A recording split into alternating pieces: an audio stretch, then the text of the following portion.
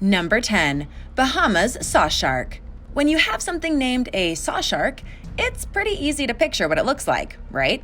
Just like a hammerhead shark has a hammer-shaped head, the sawshark gets its name because, yes, their head is shaped like a saw. The Bahamas Sawshark is on another level, and it's really quite something. You see, its massively flat, long, and narrow nose is very much like a saw, and just like a saw, it has loads of sharp spikes on it. So far, it sounds par for the course. But the function of the sawshark's snout is really where the shark shines. For this shark actually digs into the sandy ocean floor to find its prey, and then it'll rip them up with the spikes. They splash swimming prey around by aggressively moving their head from side to side. That's very creative and very literal use of the phrase, use your head. But that's not all that's cool about this shark, for due to its location, which, yes, is in the Bahamas, it has developed a weird way to sense its prey. The shark lives deep below sea level, which means there isn't a lot of light, and because of this, it has an adaptation on its saw snout. If you look, you'll see two whisker-like things attached to the middle of its snout hanging down. These are their barbels, and they use them to detect movement and light on the ground. And once detected, their snouts go to work digging. To put the size of the saw snout into context, the shark as a whole is about 4.5 feet long, and so imagine what it must look like for the prey to see this saw snout coming. When it comes to humans, because the saw shark lives so deep, we don't usually come into contact with them, and if we do, they're relatively harmless unless provoked. Number 9. Megamouth Shark. The Megamouth Shark sounds terrifying. I mean, come on, sharks can be scary already, but give one a mega mouth? The reason it's called the Megamouth Shark is due to how the shark's mouth and jaw is much larger than the rest of its body. As a result of that, the shark isn't the best swimmer, another thing that separates it from the rest of the sharks. It was first discovered in 1976 and hasn't been seen very much since then, which is incredibly odd given that megamouth sharks are a whopping 18 feet long on average, and yet they haven't been seen even 100 times since they were first found. Most of the sightings have been registered in areas of the Pacific, Indian, and Atlantic Oceans, in countries such as Indonesia, Brazil, and the Philippines. Because we haven't seen a lot of them, we don't really know that much about them, which is saying something given the time and effort many people have spent to study sharks. It's believed that the megamouth shark is a gentle giant that poses no threat to humans. No attacks have ever been recorded. This can be attributed to the fact that the shark is not built as a killing machine, but is rather a filter feeder. It mostly eats plankton. It's one of the 3 filter feeder species of shark out there, alongside the basking shark and the whale shark. Perhaps new advances in technology will allow the megamouth shark to be studied more. Number 8. Frilled Shark. Though many animals from the prehistoric era have long since passed on, many remain in one form or another, often being called living fossils as a result. One that is confirmed to be this is the frilled shark, which is from the Cretaceous period and still lives in our oceans today. An easy way to tell that the frilled shark doesn't come from our current place in time is to look at its body composition. It doesn't have a large dorsal fin like the sharks you often picture. Instead, it has numerous fins on the side and bottom of its body. Its skin also looks really rugged and worn, which many have compared to certain types of eels. In fact, the frilled shark has been compared to an eel quite a lot because of its length and movement capabilities that are more similar to an eel's than sharks. It's about 6.6 feet long at max. They hover in the water, wiggling around, just like an eel. The frilled shark has never been observed hunting, but scientists believe because of its body, it launches at its prey very similar to a snake. The frilled shark's mouth is just as scary as the jaws of a great white. It's lined with 25 rows of backward-facing trident-shaped teeth, 300 of them. And if the teeth weren't freaky enough, the frilled shark has spines called dermal dentricles lining its mouth. If you happen to see one of these guys, it's better to look and not touch. But the frilled shark is actually rarely seen by humans.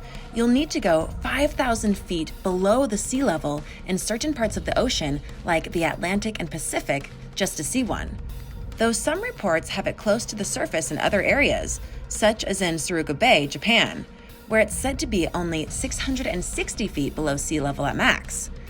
Either way though, this fish is one of the rare few that offer a glimpse into the prehistoric world. Number 7. Horn shark. Beep beep, horn shark coming through. Just kidding, it doesn't have a horn. Despite what the name suggests, the horn shark gets its name because of the ridges that it has on its head alongside the spines that can be found on its dorsal fins. Horn sharks live in the subtropical regions of the eastern Pacific, especially along the shores of California, Mexico, and the Gulf of California. Horn sharks are bottom dwellers. They spend most of their life on the sandy flats and rocky reefs. Horn sharks are relatively small in comparison to other sharks. Their average length is about 3.3 feet. Furthermore, they're rather docile compared to other sharks, as they're slow-moving and not overly aggressive. Thus, they are a species of shark that is stated to be not dangerous to humans outside of provoking them, which you shouldn't do with any animal, to be fair. Due to ease of maintenance, horn sharks are commonly kept in public and private aquariums. Have you heard of this kind of shark before? Do you know anyone that has a horn shark? Let me know in the comments below. And if you're liking this video, hit that thumbs up button and don't forget to subscribe if you haven't already. Number 6. Adeustus. The Adeustus are one of the lesser-known species of shark from the prehistoric era. They are part of the genus Adeustus and were also known as the Scissor-Tooth shark because of the way their mouths look. They are now extinct. These strange sharks lived in the late Devonian to the late Carboniferous period of history over 400 million years ago, and their mouths were what helped them stand out then and now. The teeth of this shark are curved, literally. The top jaw folded upward while the bottom jaw folded downward, like a duck, but a shark. And these sharks only have one set of teeth, which is unlike most other sharks who have teeth that regrow after they get worn or broken off.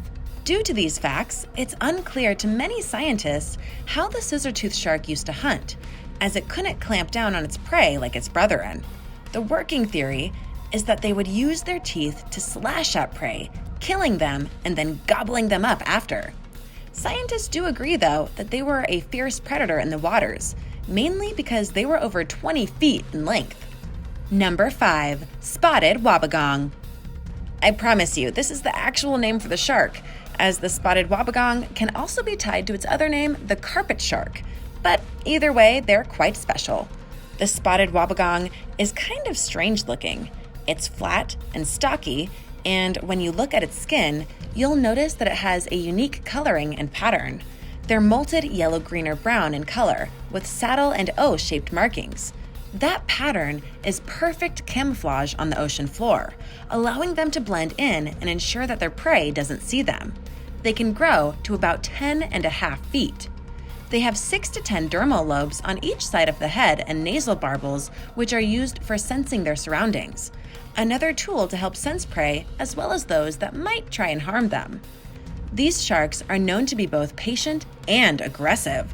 They'll lie in a spot for hours, waiting for nightfall, so that when fish or crab emerge, they attack.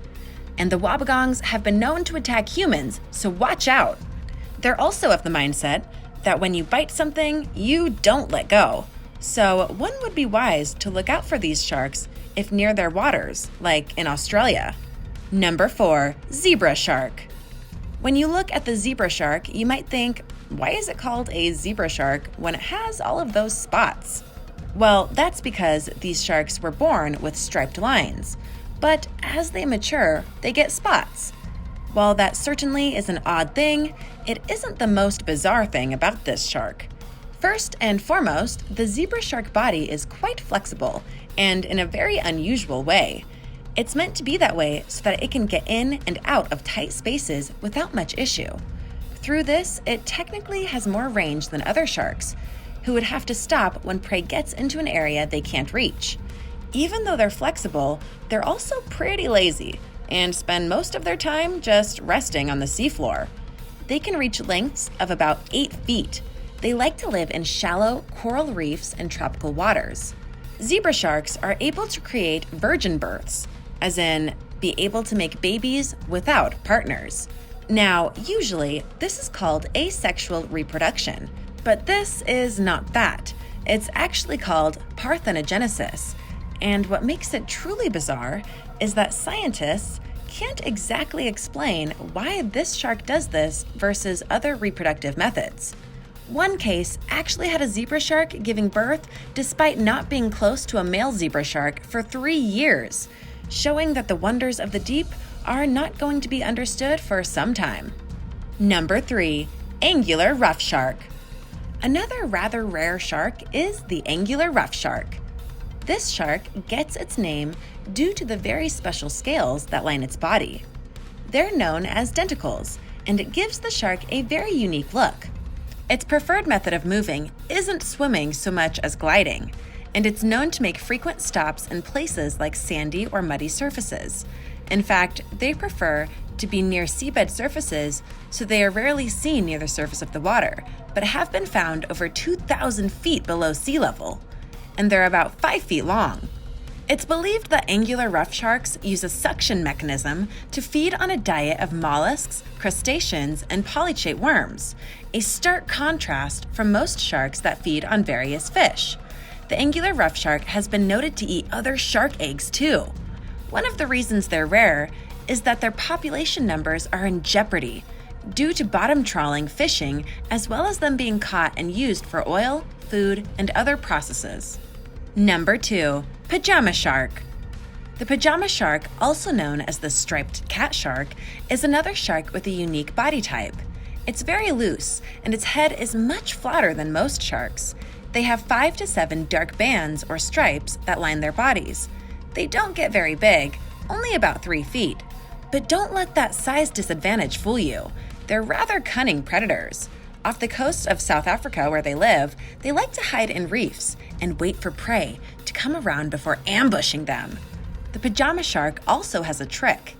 If the shark feels like it's under attack, the pajama shark will roll itself into a ball of sorts. They do this to hide and protect their head, and hope that predators think there's something other than their next meal. Which is also another bizarre thing about the shark. The thing that hunts it is other sharks. Not what you expected, right?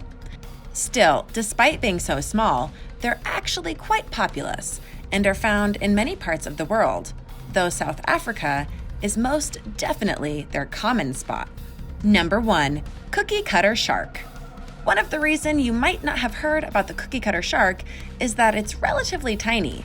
They grow to about 20 inches and are sort of shaped like a cigar, and thus they're nicknamed the cigar shark, though you can be the judge whether that's a good nickname or not. Despite their diminutive size, they're fearless predators, so much so that they'll attack and eat parts of fish and creatures much larger than themselves. It doesn't kill the prey. That would be a thing it can't do. Rather, it uses its blazing speed to outmaneuver whatever it's attacking and bites down on a chunk of their flesh, ripping out a piece and eating it and swimming away. They like to attach to whales, other sharks, and apparently once tried to bite a submarine. And yes, there have been confirmed bites on humans. So despite it not looking that intimidating, this is still one shark that you don't want to mess with. Thanks for watching. What do you think of these different shark species? Have you heard about any of them before? Let me know in the comments below. And don't forget to subscribe for more videos like these. See you next time. Bye!